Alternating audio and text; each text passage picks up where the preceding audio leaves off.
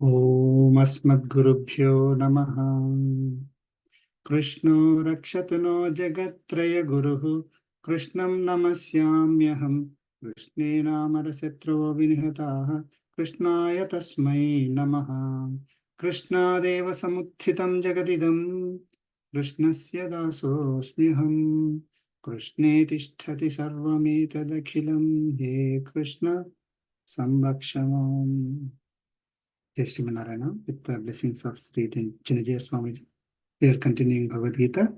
We are in chapter 9. We completed slokas 28 and 29 last week. So we'll start with the review of the slokas as questions. Okay. Share my screen.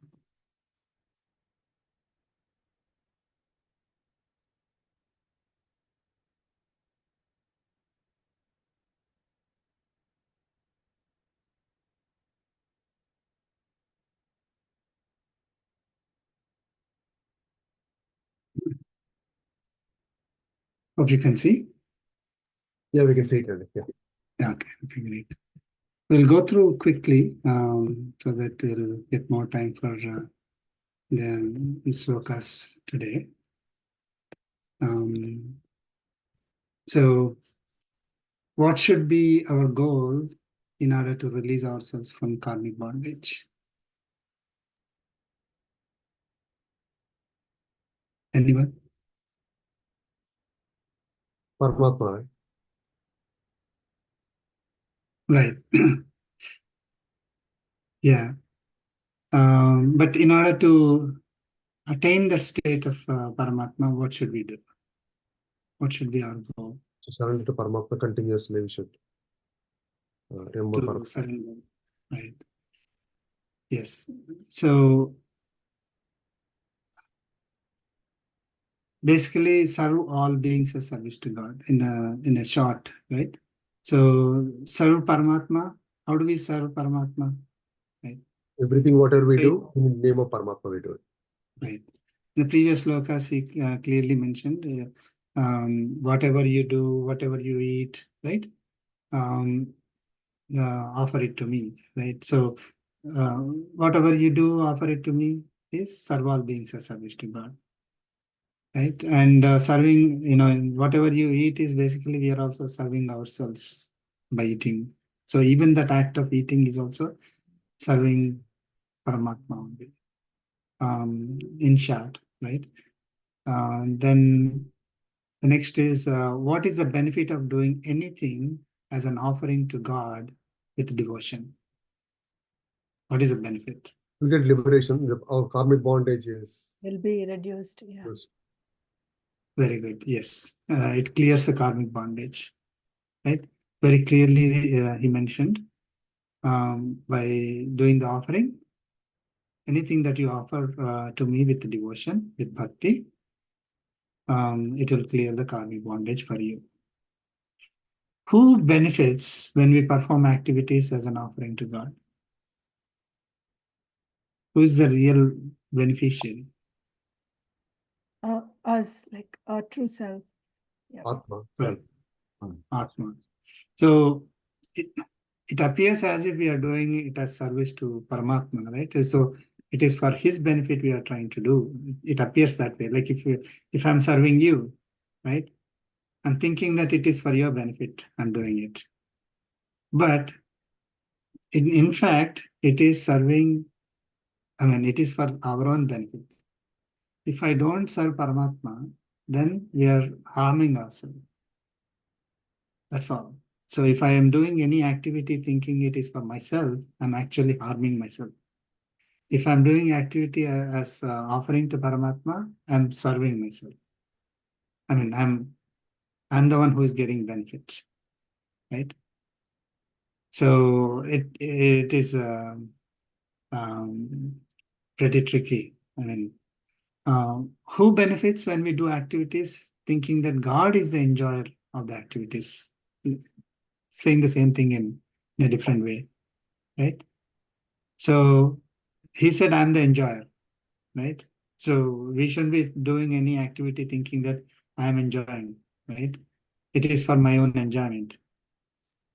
But it is actually for our own enjoyment, if you think it in a way, because our enjoyment is coming from clearing of karmic bondage, right? That is the real enjoyment for us, because we will be on the better path to reach Paramatma, but the ultimate state of bliss.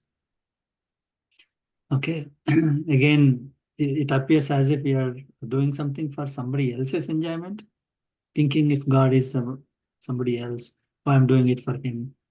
But in fact, it is the Atma that is getting the benefit.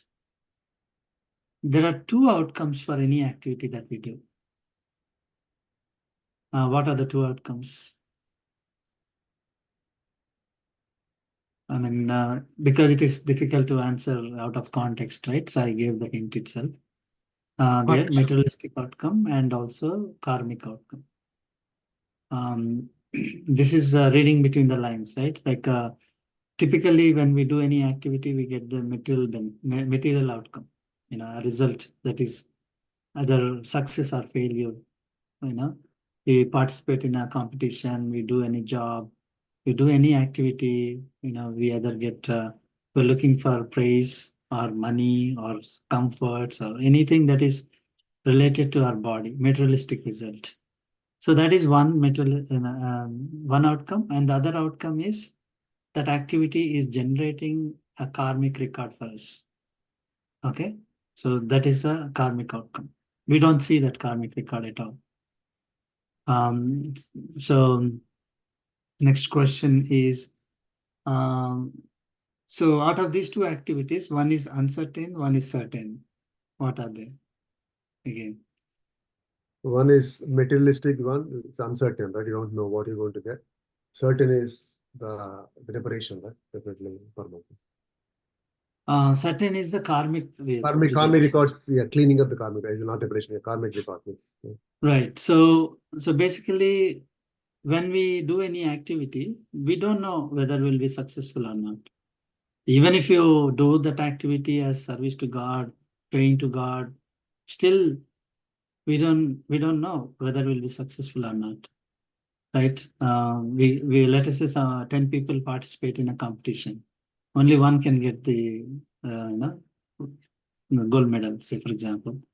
So other 9 will not get it, no matter how much they are going to pray or do any practice and things like that. Only one can win. So it is uncertain. Probability is only 10% there. So the probability is even less for a lot of activities, in spite of our own best efforts and praying to God and all that. Still, our result may not be certain. But the karmic result is extremely certain. It's deterministic. If you do it in one way, you get the bondage. If you do it in another way, you don't get the bondage. In the bondage also, you have punya and papa. Okay, both are considered bondage only. So if you do any activity, then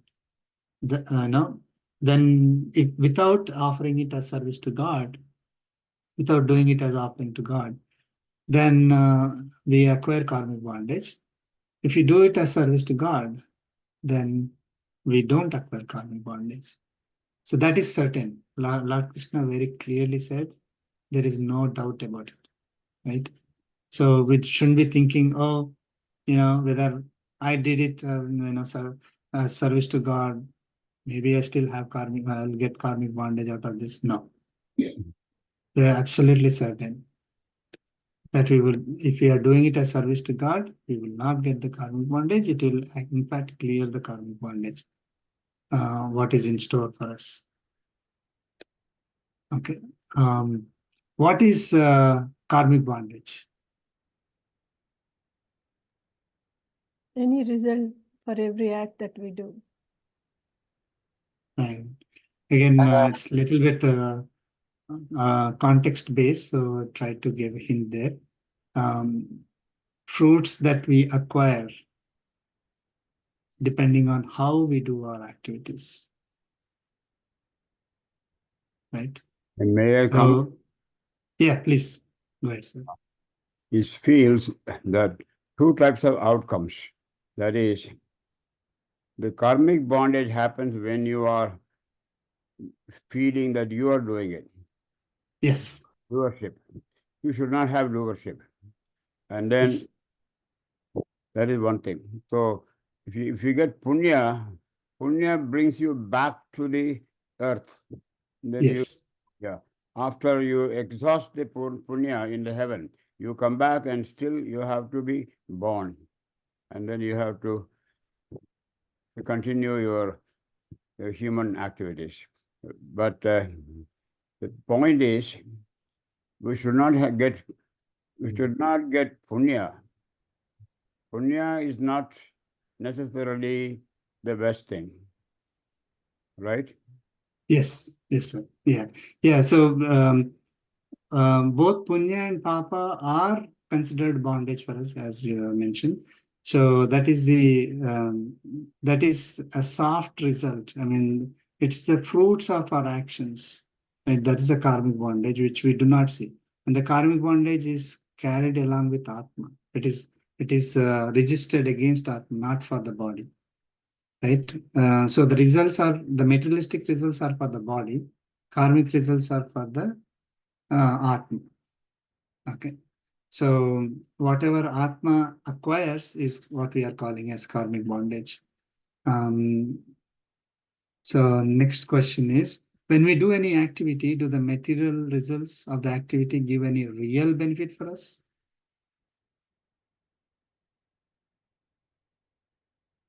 No. No. The material results don't give any benefit at all for us. Okay. Us is Atma here. I am Atma, I'm not body. That is the first fundamental principle. So we shouldn't be forgetting that. And next question is, when our mind is fixed on offering our activities and results to God with devotion, do we acquire merits or demerits? Neither. No. That's Yeah. correct. We do not get either merits or demerits. So both punya and papa we don't acquire. So again, this is directly coming from the slokas that Lord Krishna gave. The message that Lord Krishna gave in Bhagavad Gita. Why is acquiring merits also not favorable for us? Why are merits Like the author is explained, we'll come back, right? We'll come back to that. So Yes. because we need to, after once the minutes are exhausted, we'll take the birth again. We'll come back to this, right? Cycle of. Perfect. Yeah. So basically, the merits are also, we need to experience them. Demerits, we need to experience them. Merits experience is different compared to demerits experience. One is favorable to that particular birth, right? And another one is very miserable. So for example, if someone is going to heaven, they're enjoying for some certain period of time, and then they come back and then again have to go through the misery. So both merits and demerits are also are binding. Can't we try to acquire merits to compensate for demerits? So I think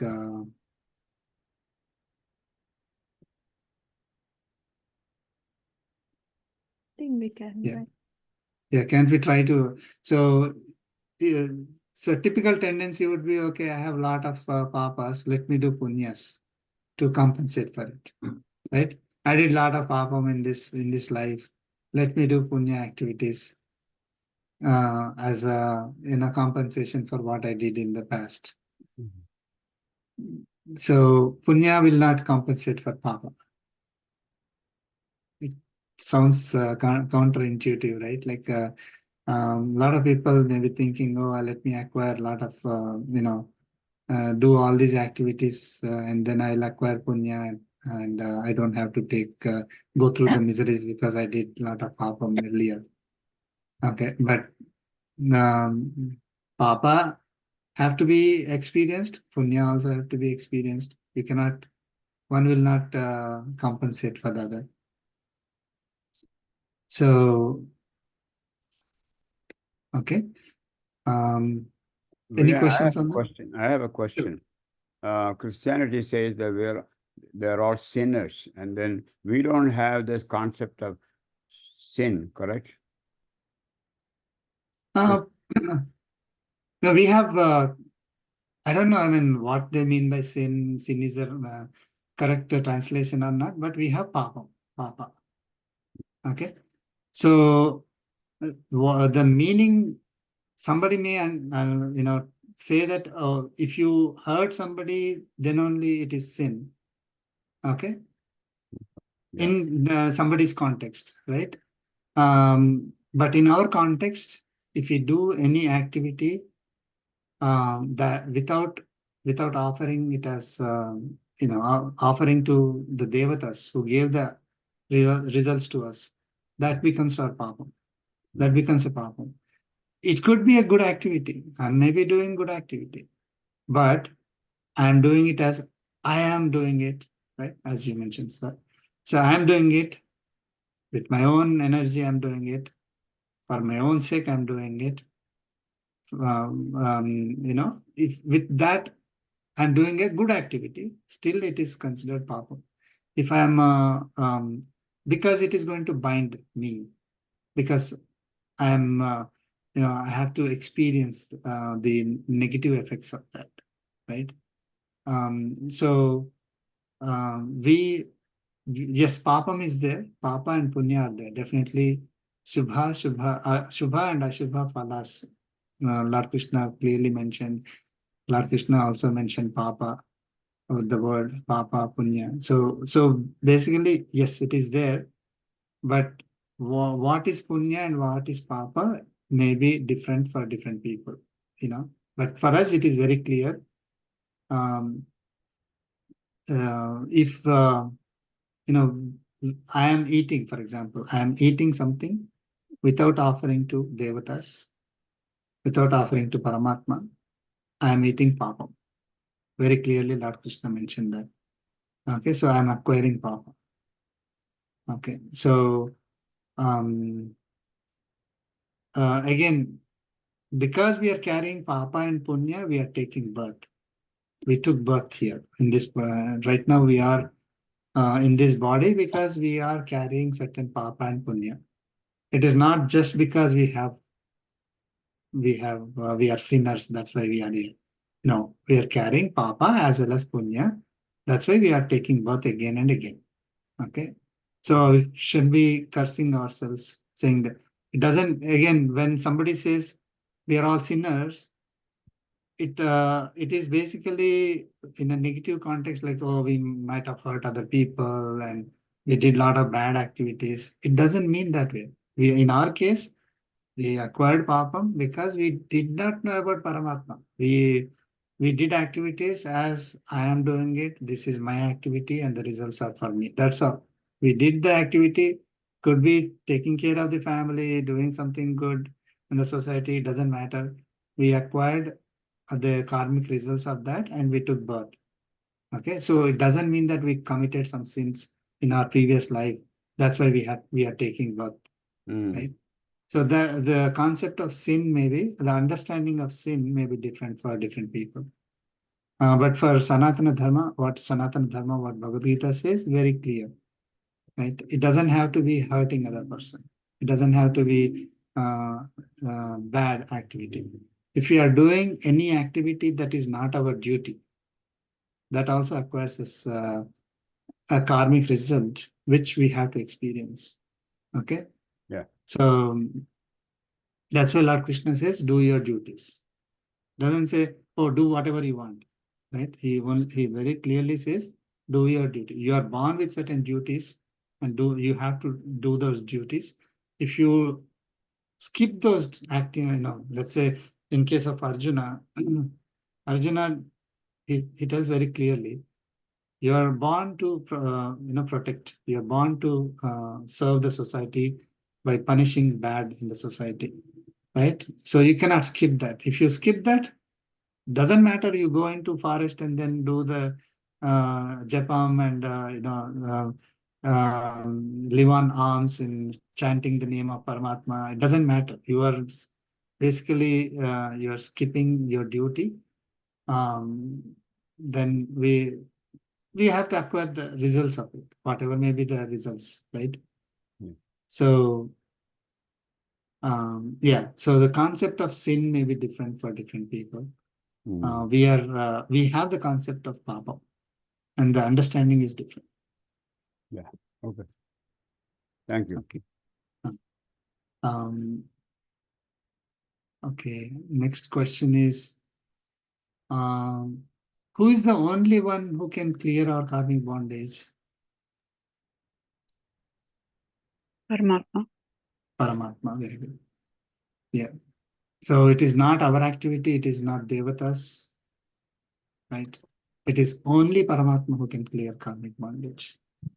No matter how many good activities that we do, it's not our activity itself clearing karmic bondage. But of course, Paramatma is the one who said he's going to clear the karmic bondage if we do these activities in this particular way. That I'm doing my duty as an offering to you as with bhakti. Then Paramatma is the one who will clear the karmic bondage for us.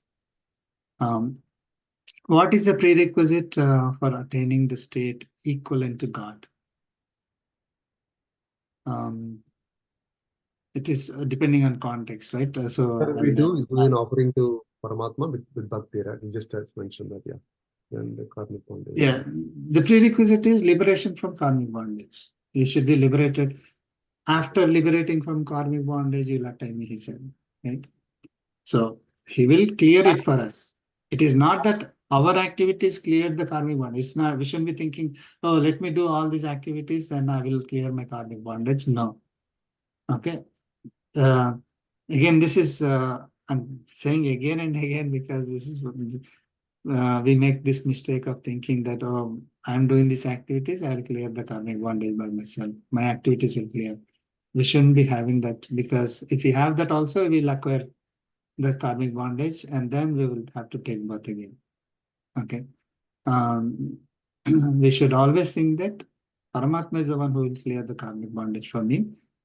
He said, I have to do these activities in this manner, I'm doing it. That's all. Right. So liberation from karmic bondage is the prerequisite for attaining the state equivalent to Paramatma. That means we should have zero karmic bondage. What should be our goal? So now it is we see, typically we get confused, right? What should be our goal then? So is it attaining God? Liberation from karmic bondage. Liberation from karmic bondage? Or offering to God with bhakti?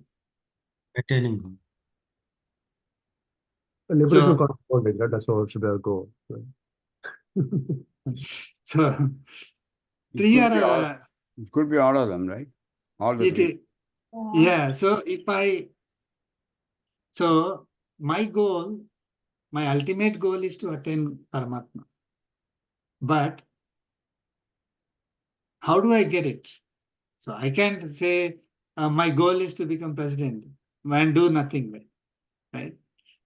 I should have another goal. In order to become president, I need to do certain things.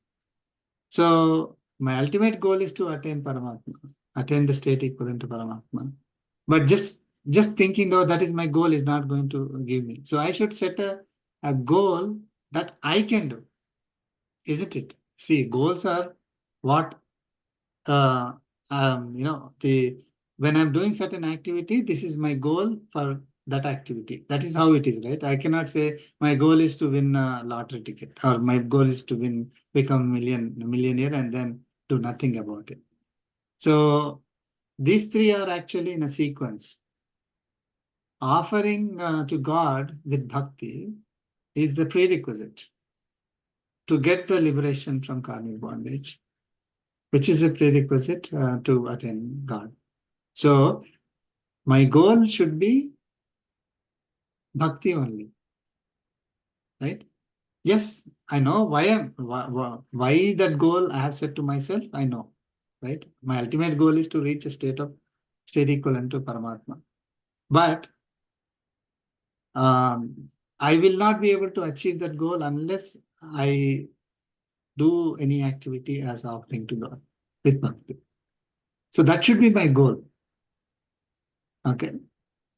Then if somebody asks, "Oh, why is that your goal?" Then we can say, "Oh, like if I say I need to win gold medal, for example, winning gold medal is not. I mean, if someone says that is the ultimate goal, but my goal is to, if let us say nobody has ran 100 meters more, in less than 9 seconds, let us say. So my goal would be to achieve that in 8 seconds, right? That is my goal. So I keep checking. Am I doing it? Am I doing it? The ultimate result will come when there is competition and I win. But my goal is to attain, every day my goal should be to practice in such a way that I will reach that final state. So we should be our goal when we are doing any activity, or our goal for life, should be doing any activity as offering to God with bhakti. That's all. Serve That all should beings. be that should be offerings to God means prasadam. You do that. That's a bhakti, right? That's also an offering, right? But Yeah. I think it will be very clear, right? It should be activities, doing everything as service to God, right? That's little bit. I thought that because offering to God with bhakti means, right? Prasadam, taking fruits, flowers, and all those things every day, doing that, right? That's with bhakti, right? That's only partial, right? So we are, even the work that we are doing is an offering. Agreed. That's what I'm saying, right? I think the overall this thing is every thing we do. I thought it'll be little bit the confusion. That's what I'm saying as well. It's just perfect. Yeah. So it is not just some material we are offering to God, right? That is also needed. Agreed. That is That's also an one activity. part of it, right? Everything Right. what we do is service to God as an offering to bhakti, right? Right. That's what you need to start with. Then automatically gives you liberation from karmic bondage. Then you'll become eligible to get the liberation, right? Yeah. See, this is your activity. I am doing this as your service. Right. Right. Yes. So that I'm offering. Yeah. Just right. Like I'm offering you. If I say, if this is your activity, I'm doing this as your service. Okay. So the another word is offering. So serving all beings as service to God. Again, that's why Sri Swamiji has given us this wonderful one in a few words. How many words? Serve all beings as service to God. Yeah, 7 words. As a summary. I mean, if we are practicing that principle, then we are moving towards the goal. Okay, not just serve humanity or serve a section of the society or a country. No, serve all beings, human beings, animals, nature, devatas. Now there are 4 types of beings, right? Deva, Manusha, Tiryak, Sthavara. Serve all of them as service to God, which includes ourselves, which includes our family, society, and all that. Okay. Next question is God equally accessible to all beings? Yes. Yes.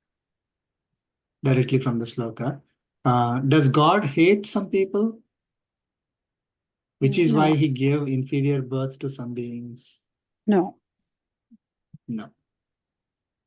God does not hate anybody. So the births that we get, inferior, superior births, like Deva, Manusha, Tiryak, Stavaras, right? Even in Manusha also there is inferior, superior, superior differences in the human beings as well. So depending on, with what kind of restrictions they have been born and things like that. So all that is not because Paramatma hates. Paramatma is the one who always loves everybody. Okay. Does God give inferior birth, troubles, sorrows to some people because he wants to punish them? No. No. Right. So I got this because he wants to punish me. God has nothing to do with it.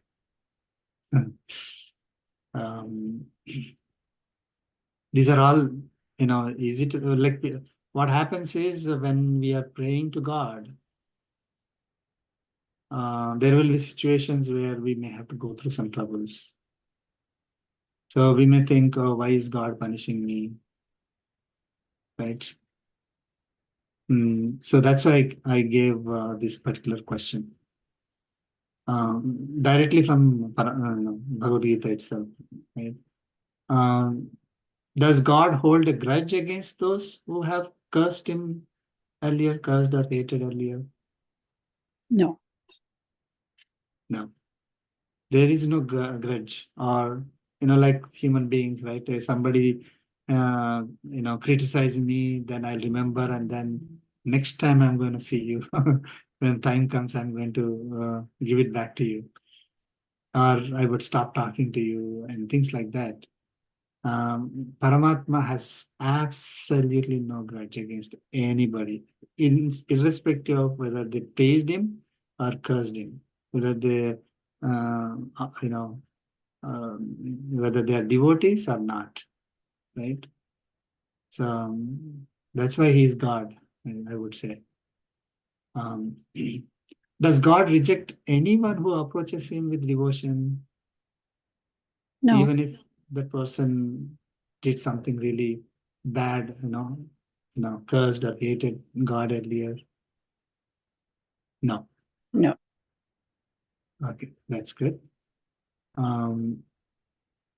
Does God love those people more who have taken a superior birth? So we have superior, inferior births, right? Different classes, different levels of births. Depending on superior is when you are able to do a lot of things with a lot of no restrictions, a lot of power. And then inferior is you're always facing troubles, not your body is limited in different ways. So God is loving those people who are superior. No. He No. loves everybody equally. Perfect. Yeah. Does God show favor to some people over others based on their race, gender, color, age, caste, religion? Is there any favor? No. No. So that's why those who may not be praying to God may also be successful. And those who may be praying to God may be going through some trouble. So it is not favor. Now, like God shows me favor. There is a, like we will be able to come out of the troubles quickly if we are approaching and surrendering to Paramatma. That is, comes later. But it's not because God is doing favor because we are superior, we are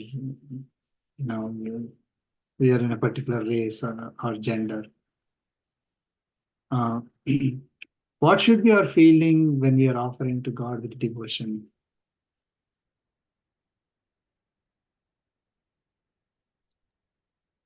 Feeling should be that everything belongs to God, and we are offering it back to Him, and He's the doer and He's the enjoyer.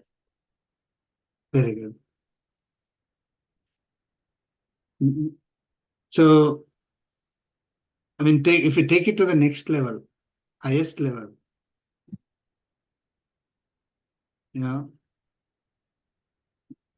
worship to God is the only reason for my existence. Everything else becomes secondary. Worship of God is the only reason for my existence. Worship of God doesn't mean you're sitting in front of the deity and then doing 24/7. No. I mean, again, Yat karoshi, yadasnasi, that sloka is there. So anything that we do, we are doing it as an offering to God. So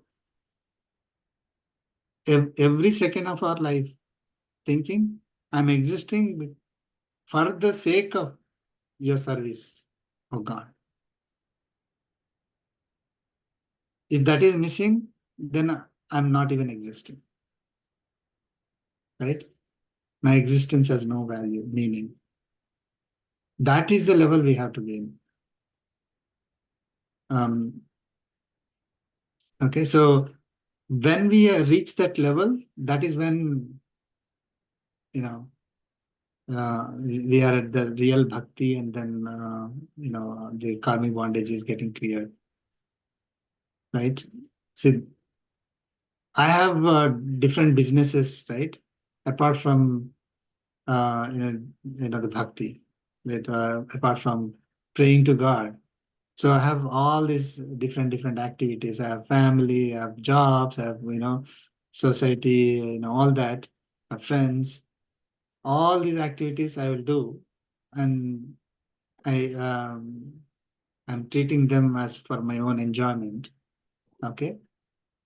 I need to live, I need to enjoy, and all that. And then when we come to Paramatma, we say, oh God, I'm showing my devotion, bhakti to you. That won't be sufficient. Yes, that is good. We are at a higher level than those who are not even approaching Paramatma. But when we go, as we keep practicing, it goes to the stage where I'm like, everything that we are doing is for his sake only. Otherwise, there's no reason for me to even exist. Okay, so then we will be clearing our karmic bondage. Again, this is directly from the sloka. It may not be that clear, evident when we see the meanings. So the reason why we are existing is to serve Paramatma only.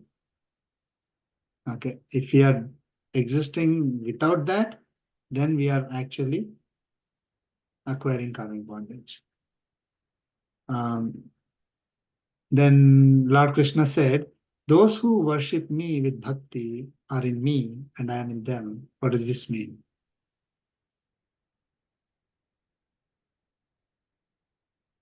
I'll quickly summarize. Basically, devotee dwells in the state of bliss. Paramatma is the state of bliss, right? So those who are devotees of Paramatma, they are always living that state of bliss. And then Paramatma reciprocates that love towards the devotees also. So we are in Paramatma, and Paramatma is in us. Okay, he's reciprocating that love towards us.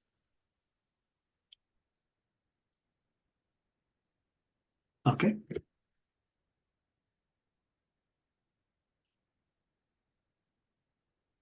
We'll move on to the next sloka, sloka 30. Yeah, go ahead. Amy.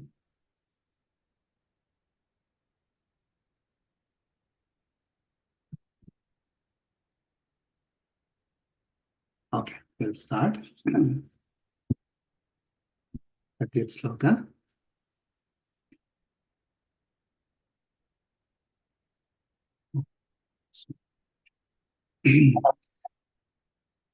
Please chant. Api chet suduracharo Api bhajate mamananya bhag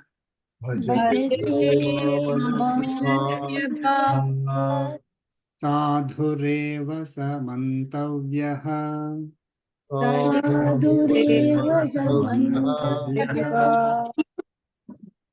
samyak vyavasito hi saha. Samyak Vyavasito hitah. Let's chant together. Api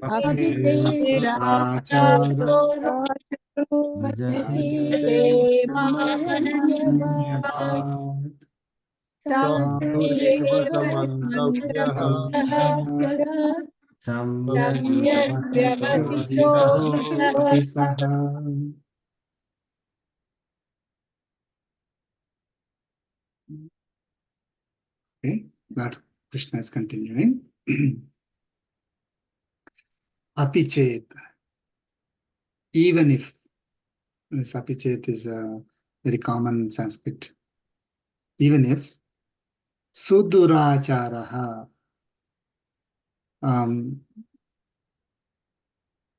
durachara is one who is doing bad activities, is like, is a typical, typically what we think, right? So what are the bad activities and what is sudurachara? Sudurachara. Can there be a word sudurachara? Good durachara. So is always equivalent to good in English, right? So durachara is the one who is not practicing his prescribed duties. Okay, and who is engaging in duties which are not prescribed. I'll repeat.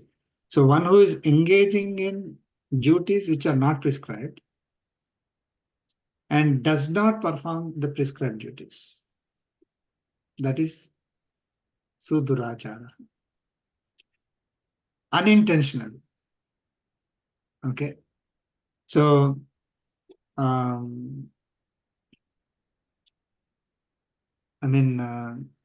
we'll complete the meaning and then correlate it with the other meaning that people may have, right?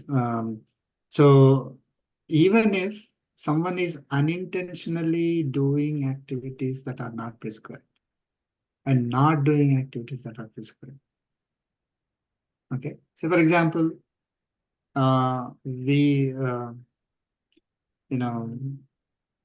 Arjuna, we'll take a case of Arjuna. His prescribed duty is to, take care, protect the society by, fighting against evil, right? Okay, and so if he's not doing the duty, now he unintentionally, like he doesn't know that. All of us, I think, we are in the same stage. There are certain prescribed duties for us. Unfortunately, unintentionally, we don't practice them. And we are doing something else. So for people like us, are we in trouble forever? Okay, so Lord Krishna is saying, even if one is like us, Mam Ananya Bhag Bhajate, worships me with my worship as the end in itself. It is the only motive for me in life. Okay. Then what happens? Saha sadhu mantavyaha eva. Sadhu is a righteous person, right? Saha. That person is esteemed, considered, regarded as righteous person only. Okay. We may get a doubt. Oh, somebody said I'm a Kshatriya. No, I should have gone to fight in the border or something like that.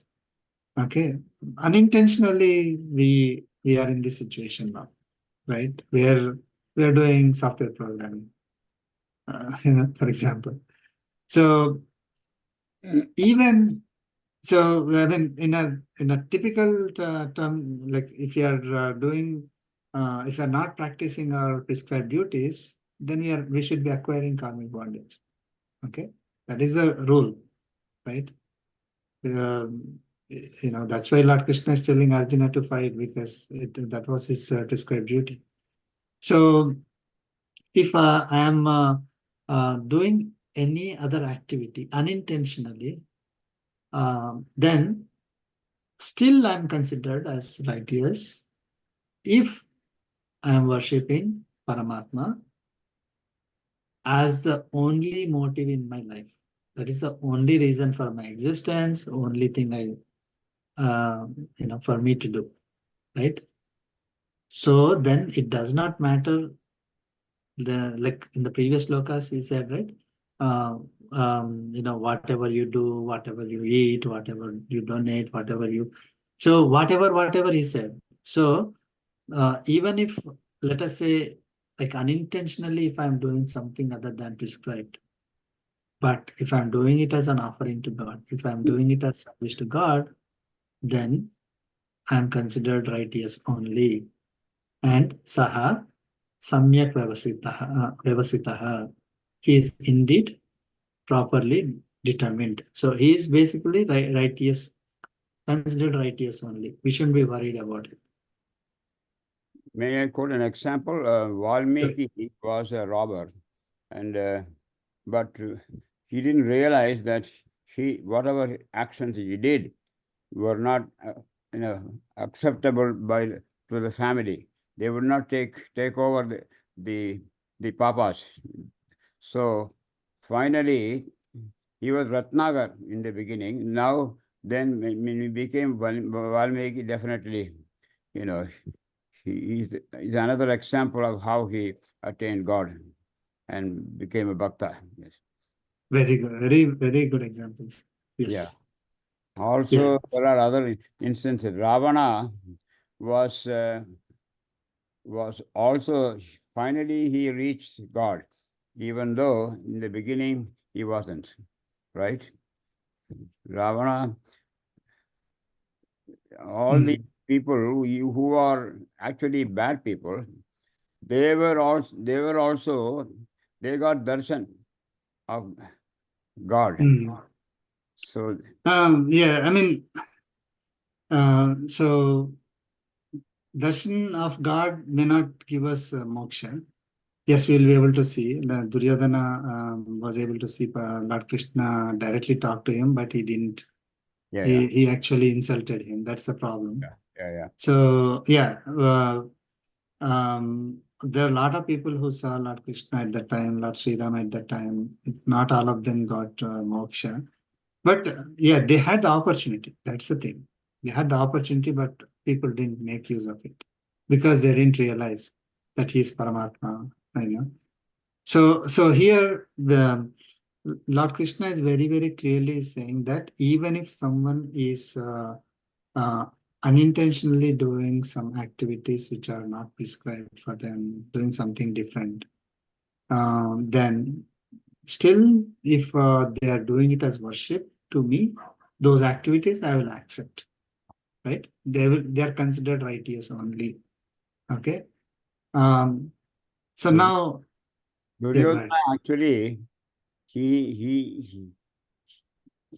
Duryodhana, what he did was he knows what dharma is, but he couldn't really practice it because he said so to Lord Krishna one time.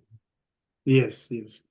Yeah. So that is a problem for a lot of us, that even though we may know that Krishna said Bhagavad Gita, in Bhagavad Gita, this is what we need to do.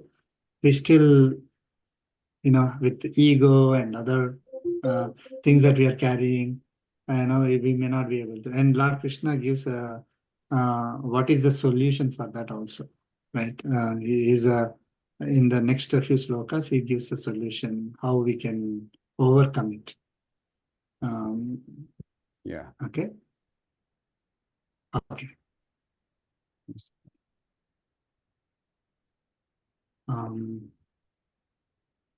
So it is not that somebody commits a lot of bad activities and then doing it as worship to God will clear him from karmic bondage, will will make him righteous? Definitely not, right? It is not that I can commit sins from Monday to Saturday, and on Sunday I say, "Oh God, I did all these activities for you, and I'm offering them to you." Yeah. That's not going to clear the karmic bond. He is not righteous. It is unintentionally, accidentally, not knowing, we commit certain things, and then we realize that. Okay, and Lord Krishna is saying that, okay, as long as you are doing it as an offering to me, you are still considered righteous. There is one more corollary for this is that, so we have different classes of people in society, right? Um, you know, people who are focused on education, chanting of Vedas, and primarily education, let us say. So, and then those who are focused on protection of the society, those who are doing business, farming, and all that, and those who are doing the service to all these other people. So these are four classes of people. Now, for all of them, there are certain duties that Lord Krishna mentioned, and we have them in our scriptures. For all of them, bhakti is common. Okay, see, there are different, these are different activities, but if you are doing any of these activities with bhakti, it is considered equal. Okay, we'll come to that. It is a great concept of equality. It does not matter what kind of work we are doing, as long as we are doing it as service to God. Okay, again, it is not that if does not matter what kind of work I do, does not mean that you go and harm the society and do, intentionally do something, against what Paramatma said. Not that, not intentionally trying to prove that, oh, I can do this intentionally for my own benefit for 6 days in the week. I will just enjoy my life. And then seventh day I go and say, no, I'm surrendering to you, clear my sins, right? And again, I don't want to take the names, but you probably understood. So it is not that he's going to clear the sins just because we are going and surrendering to him. Okay. If you are doing it intentionally, then it doesn't. If you are doing unintentionally, accidentally, not knowing, then it will clear. Yeah. Well, would you say Hiranyakashipu is an example as to, so he did not think Prahlada was doing the right thing. And later on, of course, you know the story. Yes, yeah. Yeah, he hated Paramatma so much, right? And he hated knowing who Paramatma is, right? And then he started harming Prahlada, knowing about about Paramatma. So this is the intentional. Then he had to be punished, not because Paramatma, is punishing. Just he doesn't like it. It's what he's inviting. Okay. We will move on to the next sloka, sloka 31. Share my screen.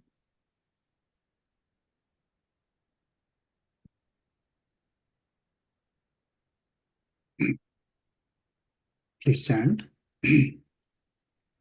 Kshipram bhavati dharmatma Shipram क्षिप्रं भवति धर्मात्मा yasvachantim nigacchati शश्वच्छान्तिं निगच्छति kaunteya pratijanihi कौन्तेय प्रतिजानीहि name bhakta pranasyati. न मे भक्तः प्रणश्यति क्षिप्रं भवति धर्मात्मा शश्वच्छान्तिं निगच्छति कौन्तेय प्रतिजानीहि मे भक्तः प्रणश्यति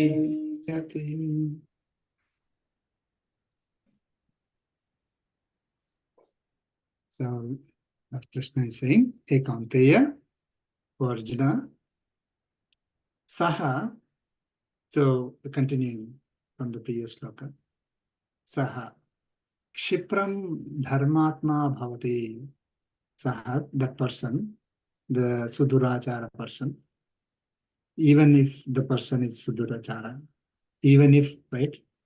So even if Sudurachara will be considered righteous, he said, if you are doing the activities as service to God. So Kshipram Bhavati Dharmatma.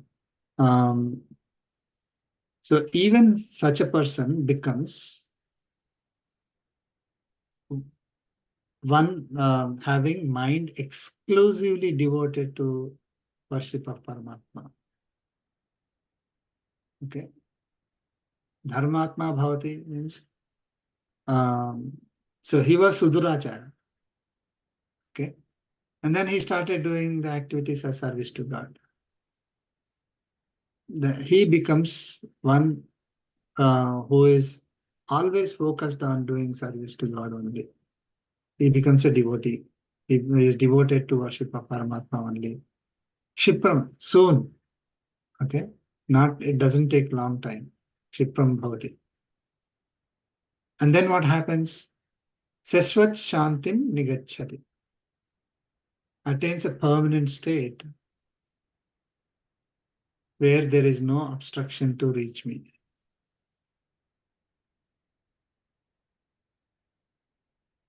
Okay.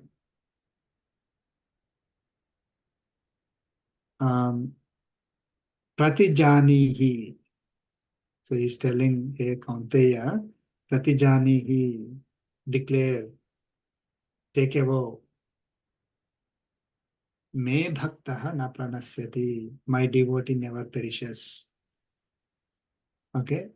So he is actually making Arjuna take the vow or declare that my devotee never perishes. Okay.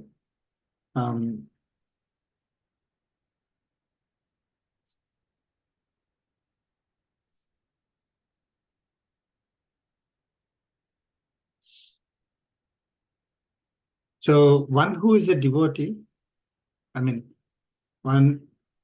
first step is doing the activities as an offering to God, right? Then we start becoming devotee, right? Once once we become devotee, we would never perish. We would not go back, right? Perishing is acquiring karmic bondage is perishing. So a devotee never acquires karmic bondage. His karmic bondage gets cleared. Okay.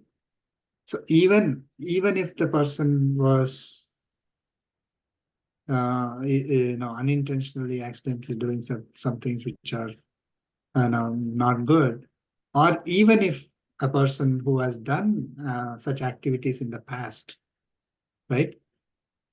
If we are doing the activities as from now on, we are doing our activities as service to God, as offering to God with bhakti, then we become, our mind gets focused on his devotion only, in his worship only, and he will clear the karmic bondage for us. We will not be, we will never perish. We will not go down. Okay.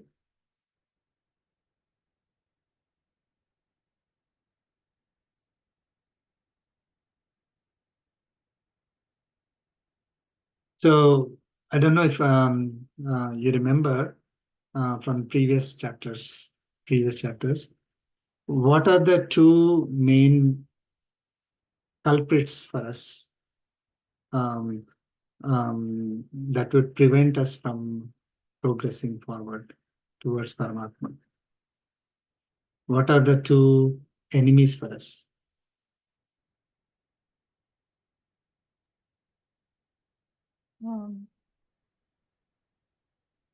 Desire, sir. And the body concept. Desire. Ahankara, mamakara. Yeah. Ahankara, mamakara. So, kama eshaha, krodha eshaha, rajoguna samudbhavaha. So ahankara, like so the slokas, right? So basically, the rajas and tamas gunas are the blocks for us in going towards, towards Paramatma. Okay. So how do you overcome that kama and krodha? Kama is desires and krodha is anger. Again, one is dependent on the other. Desire comes first and then the anger comes later. So desire is the most important enemy for us that we need to overcome. So how do we overcome the desires?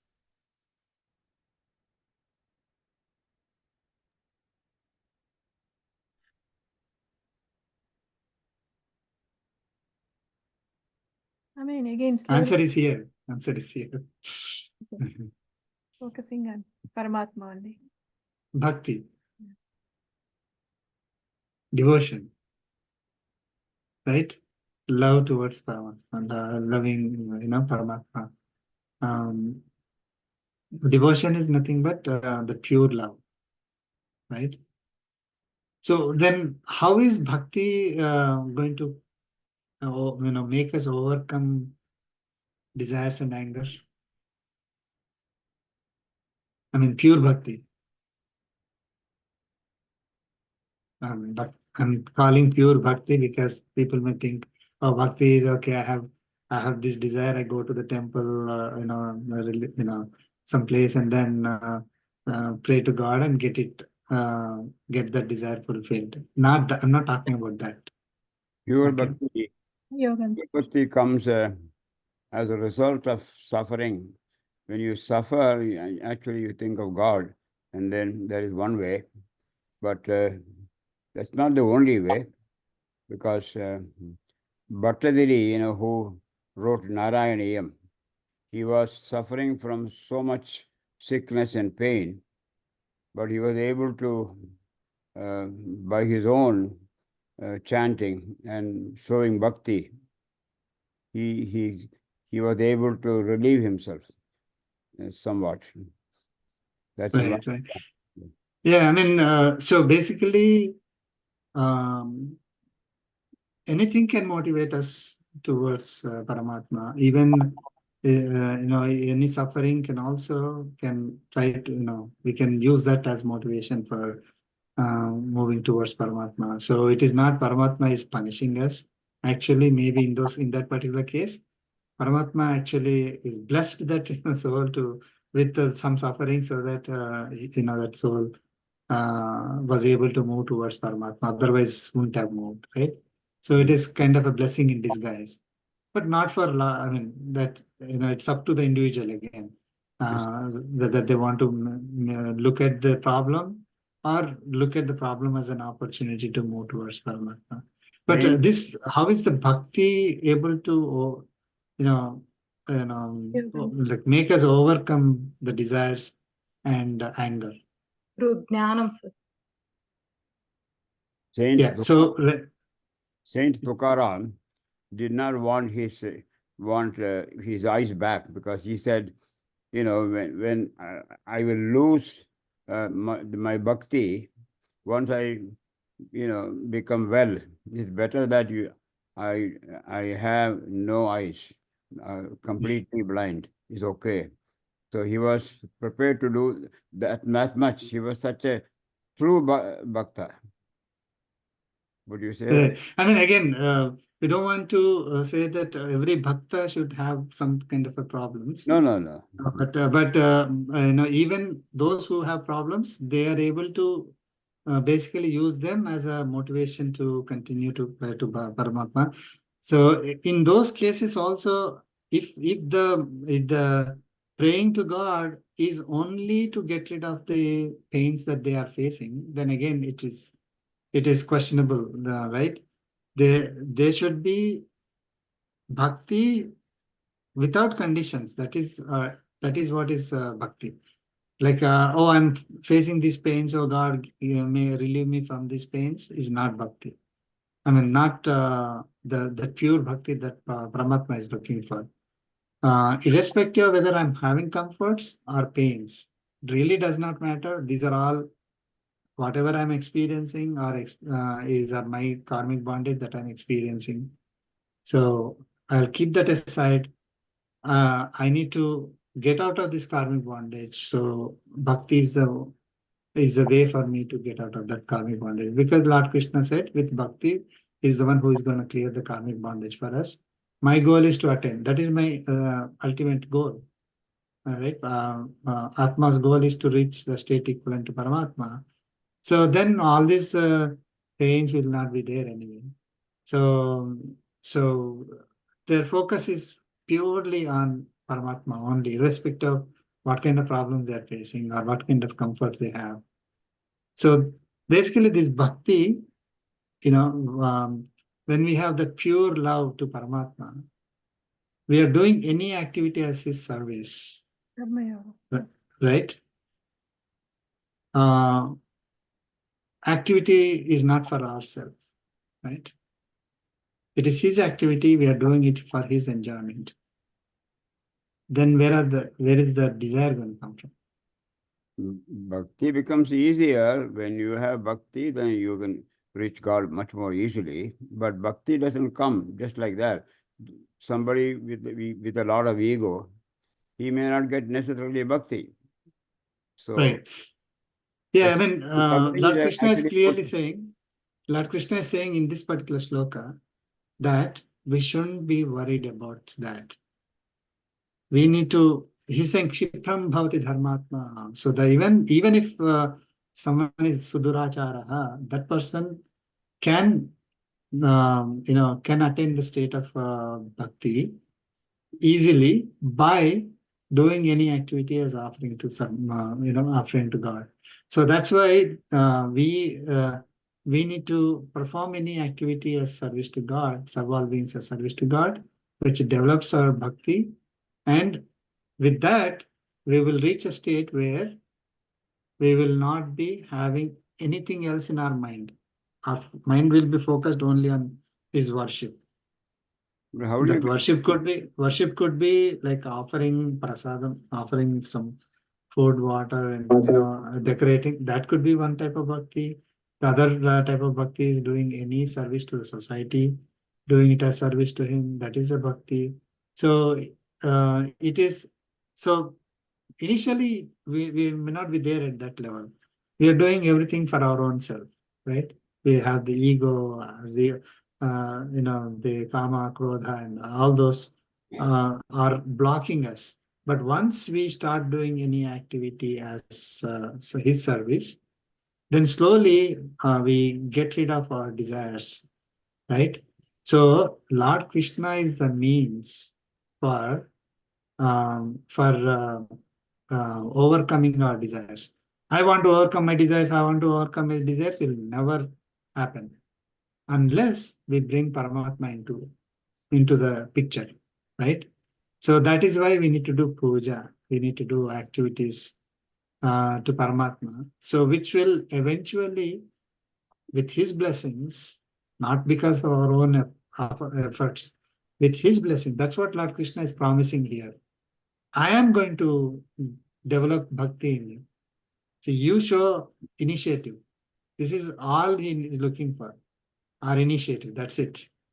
If our initiative is there, then he will develop the bhakti in us. Oh, I became a great devotee. If you are thinking that, again, we are going backwards, right? It is because of his blessings we become a devotee. Okay, we had the initiative. Yes, we can take credit for that. That's all so we were having suduracharaha. We were suduracharaha earlier, but now I'm taking initiative to do any activity as your service, then he's going to develop bhakti in us. Then, after a while, our mind will be completely focused on his service only, worship only. Then he will clear the karmic bondage, will be able to give us liberation. Will reach a state equivalent to Paramatma. I think one has to see God in everyone, which is not so easy, but that should be the approach. Then it becomes much easier. Right. We'll complete one more sloka if we can. Okay. 32. 32. I'll share my screen.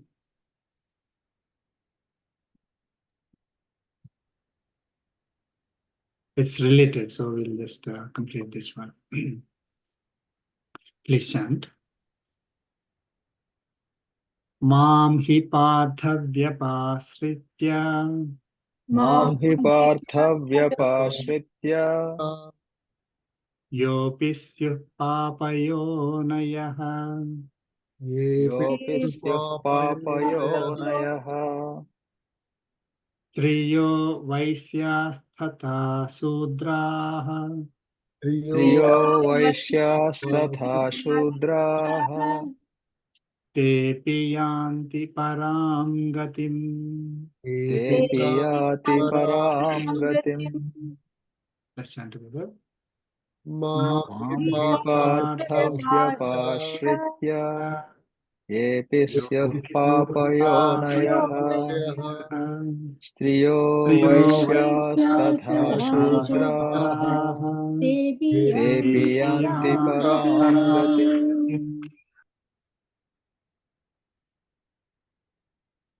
This is one of the extremely powerful slokas, which powerful in the sense which will clarify a lot of doubts people may have directly from Lord Krishna.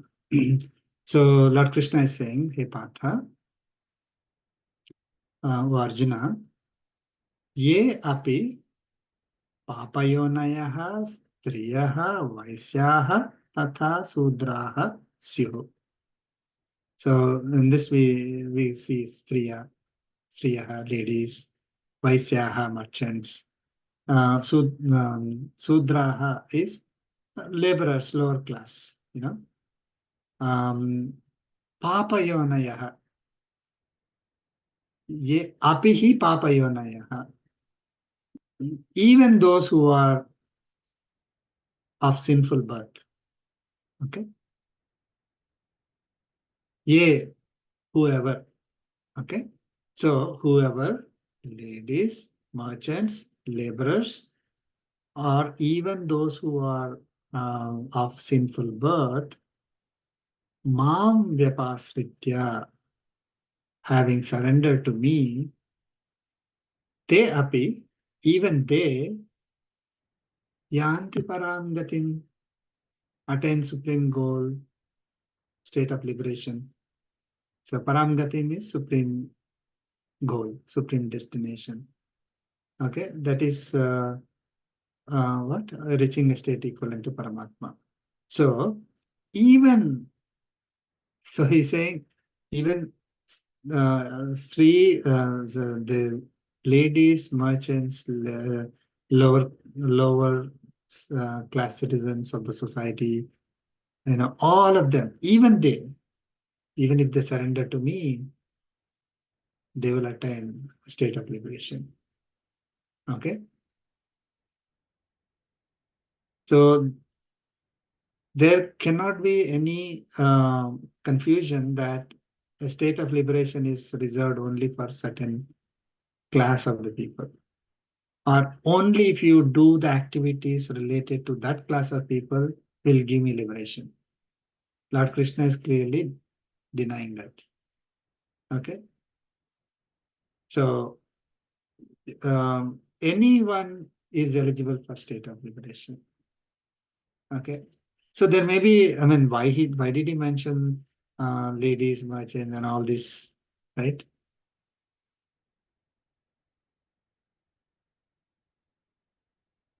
Um,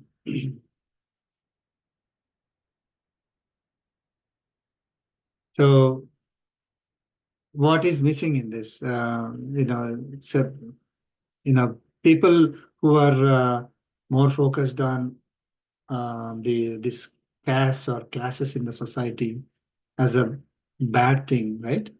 For them, this is right. So it is not that different classes in the society have different opportunities. No, they all have the same opportunity. They all can attain the state equivalent to God. Okay. Only thing is they have to surrender to Paramatma. For surrendering to Paramatma, they don't need, nobody needs anybody's approval, right? It is our own intention, wish, right? And whatever activities that we are doing it as service to God. Doesn't matter whether it is, doing yajna, yagas, or doing, the, job of a, police officer or a soldier or a teacher or a, lawyer, doctor, engineer, software program. It doesn't really matter, right? All have equal opportunity to attain Paramatma. Only thing is we need to surrender to Paramatma, right? We shouldn't be blaming the way an organization is set up. This entire society is set up in a particular way for people to function in a better way. That has nothing to do with Paramatma, right? Everyone has equal opportunity to reach Paramatma. That's what Lord Krishna is clearly clear. Even those who have taken sinful birth, right? Papa Yonayaha. See again, Papa word came, right? Those who have the extremely low, class of the society because they have acquired a lot of karmic bondage, not because they wished, right? Nobody wishes to be born in that kind of a lowest level of the society, always having problems in spite of whatever they do. They're in a much harsher environment, nothing to eat. They're suffering with wars and other calamities and all that. So even those, if they are able to surrender to me, they can attain me. So it is not to show that they are lower, it is to show that they are equivalent. The reason why he had to mention, Lord Krishna mentioned this, is that we may have a misconception that whoever is directly chanting the Vedas, for example, okay, are the only ones who are closer to Paramatma, will be the ones who will attain Paramatma. It need not be. Of course, they are also eligible, right? Those who are doing activities directly in service of Paramatma, like building temples, praying to Paramatma in a temple, serving people, then whatever Vedic rituals people have to perform, in participating and serving people in those activities. Definitely, they are also eligible. Doesn't mean that others are not eligible. Ladies may not be able to do, like, even in that higher class of society, ladies may not be able to do the activities as men, right? Because of other their body structure or the responsibilities that ladies may have, they may not be able to do. They don't have to worry that, oh, I took birth as a girl, I'm a lower class citizen. No. All of us are equal class citizens. Okay. So there is no preference for Paramatma one class over the other, even though scripture suggests there are different classes in the society with different responsibilities. Lord Krishna is very clearly confirming that there is no discrimination, everybody is equal, everyone has equal opportunity. Only thing is that they have to surrender to me.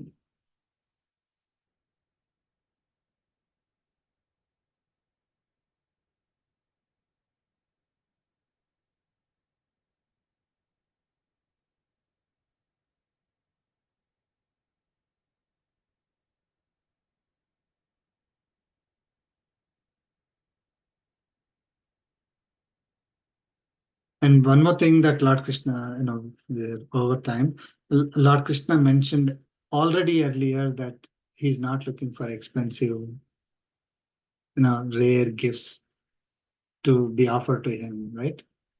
He's looking for whatever we are doing, you do it as offering to me.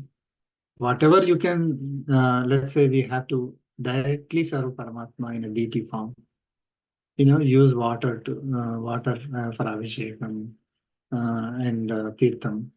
Then whatever fruits, whatever is available for you, you offer it to me.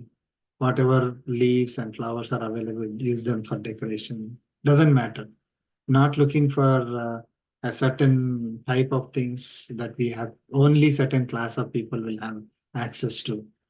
So basically very, very clearly mentioning all of us can equally approach Paramatma.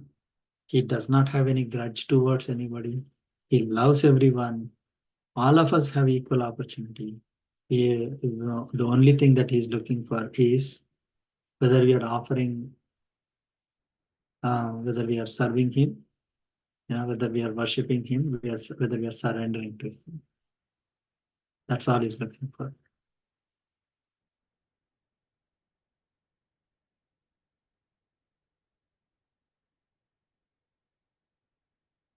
Any questions on this?